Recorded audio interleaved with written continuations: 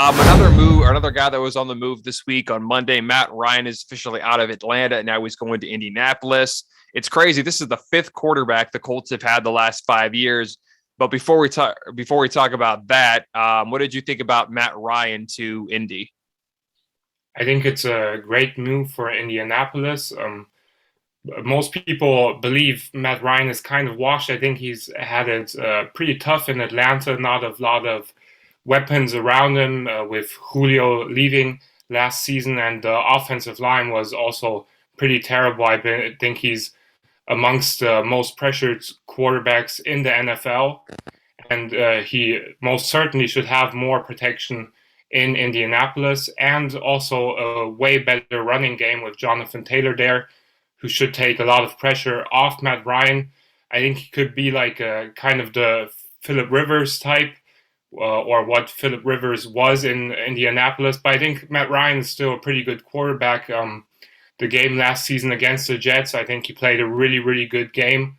I think he can still be that quarterback, and the Colts don't have to pay him all the money. The Falcons are taking most of the money of his contract on their books. I think it's the highest, how do you call it, highest dead money ever. So that's really crazy.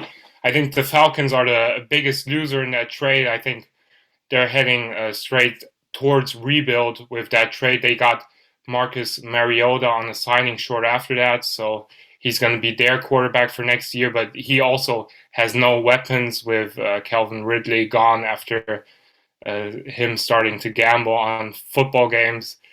Yeah, but I'm happy for Indianapolis. They really needed that move. They needed somebody in there. I think he's going to make less mistakes than Carson Wentz did last year, which is important for them because they are more of a run-based team with a good defense. So I think he can keep them in a lot of games. Yeah, and it's crazy too because they only had to give up a third-round pick, and as you mentioned, they don't have to pay all that money the Falcons are going to pay. So,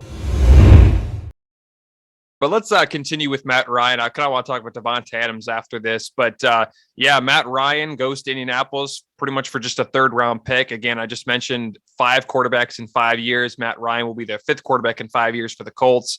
Now, of course, the Falcons did go ahead and sign Marcus Mariota. Do you think the Falcons go out and draft a quarterback this year? I think they have, let's see, I think they have the 11th pick or 10th pick. I can't remember exactly what pick they have, but do you think they go out and draft a quarterback? I'm not sure right now, too, which pick they have, because I think 11 is I think they might have to trade up if they have the 11th pick to get the quarterback they want. I think Malik Willis, he had his pro day the other day. Pretty impressive showing on that one. I think he's going to go higher than a lot of people expect. I think we might see 1 or 2 QBs at least go in the top 10. I think the Falcons, they might be. I think actually Malik Willis is an underrated quarterback.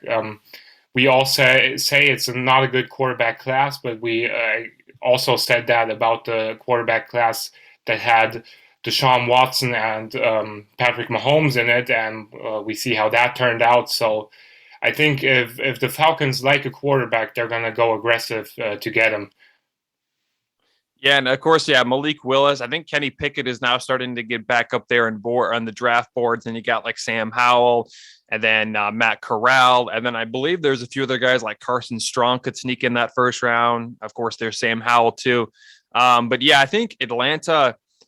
I don't know if exactly what quarterback they'd go after. I think Marcus Mariota is just a bridge quarterback, similar to what the Steelers, when the Steelers signed Mitchell Trubisky, I think he's kind of the same way. I think he's just a bridge quarterback.